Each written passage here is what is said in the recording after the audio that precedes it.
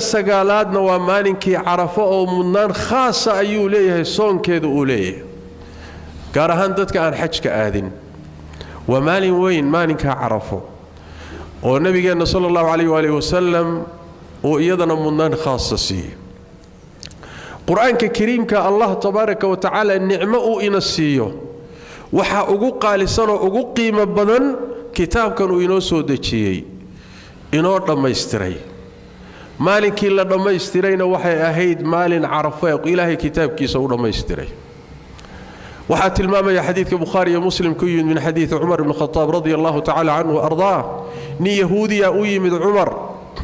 markaas wuxuu ku yiri ya amiir almu'miniin mu'miniinta amiirkoodiyo aayad kitaabkiina ku jirta haday annaga yahuuda nagu soo degi lahayd maalinkay soo degtay ciid baan ka dhigan lahayd Umar wuxuu ku yiri waa aayadee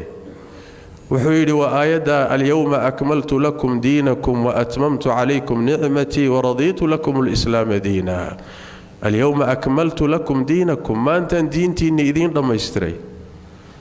وأتممت عليكم نعمتي نعمة إذين كركينا كل ما يستري كتام يلي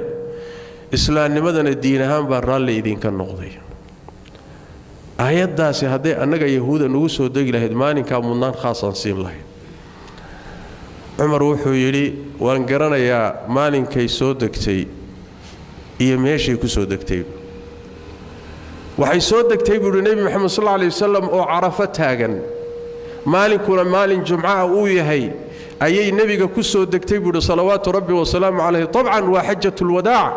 wa hajki nabigeenu sallallahu alayhi wasallam ugu dambeeyay umada uu ku sagootiyay waay markuu hajka ka laabtay nabigu sallallahu alayhi wasallam sideetan bari waxaan 3 sano dhanay waxaan 3 bilood dhanay buu nabigu sii noolaa sallallahu alayhi wasallam yaani waxay tilmaamaysaa muhiimadii nabigu uu dhulka u joogay inay soo gabagabowday oo waxay kamid tahay ayadaha tilmaamaya geeridii nabi maxamed inay soo dhawaatay salawaatu rabbi wa salaamu alayhi al-yawma akmaltu lakum diinakum wa atmamtu alaykum wa maalin ciida wa maalin jumca oo jumcadu waa ciida usbuuca muslimiinta ومركا لبادي مالينتا عرفة قارهان قرين كذا الدنبي وحا لغو تيريا عيدا لغو تيريا مالين وين بي مركا سودكت مالين كاسي مركا منان خاصو ليه ومالين إلهي تبارك وتعالى وقدم بدافو خلائق دا إن أن ترسانين ونتر لهين ونان ترين كرين إلهي قدم بدافا ومالين دادك عرفتها غني حجيدا ربي تبارك وتعالى وملائكتي سأغفان ويراد فيريا ومالين وين إنك دتك آل حجك آذينا وحا سنة ولوتشي دي مالك إني صومان والنبي قال نوحي صلى الله عليه وسلم مالين تعرفا صون كذا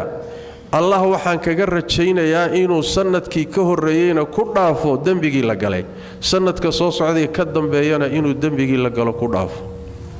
مركا سقال كبريبا وواد سومي كرتا مالين كاسينا منان خاصوصي لي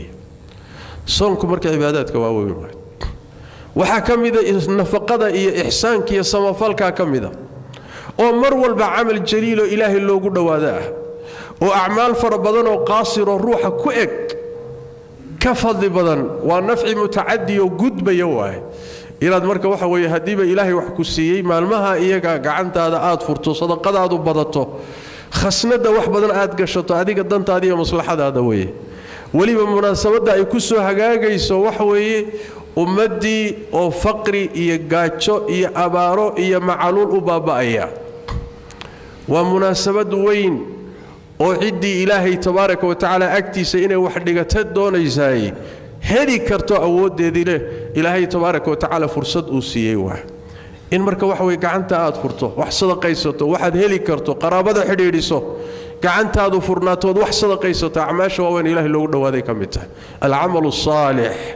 ذكر إلهي خيراتك وناقاسي وح الله وحد قاري كرتو هيريسانين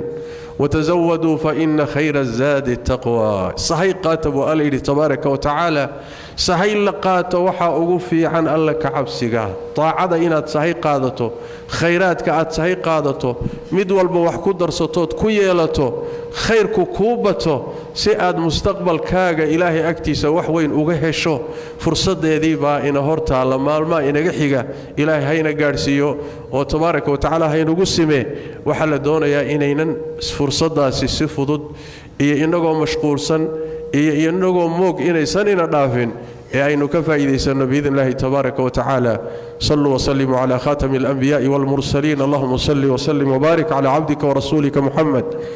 وعلى آله وصحبه أجمعين وارض اللهم عن الصحابة والتابعين وتابعيهم ومن تبعهم بإحسان إلى يوم الدين اللهم إنا نسألك الهدى والتقى والعفاف والغنى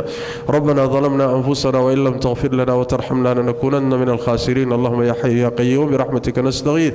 ردنا إليك ردا جميلا ووفقنا لما تحب وترضى اللهم اغفر للمسلمين والمسلمات والمؤمنين والمؤمنات الأحياء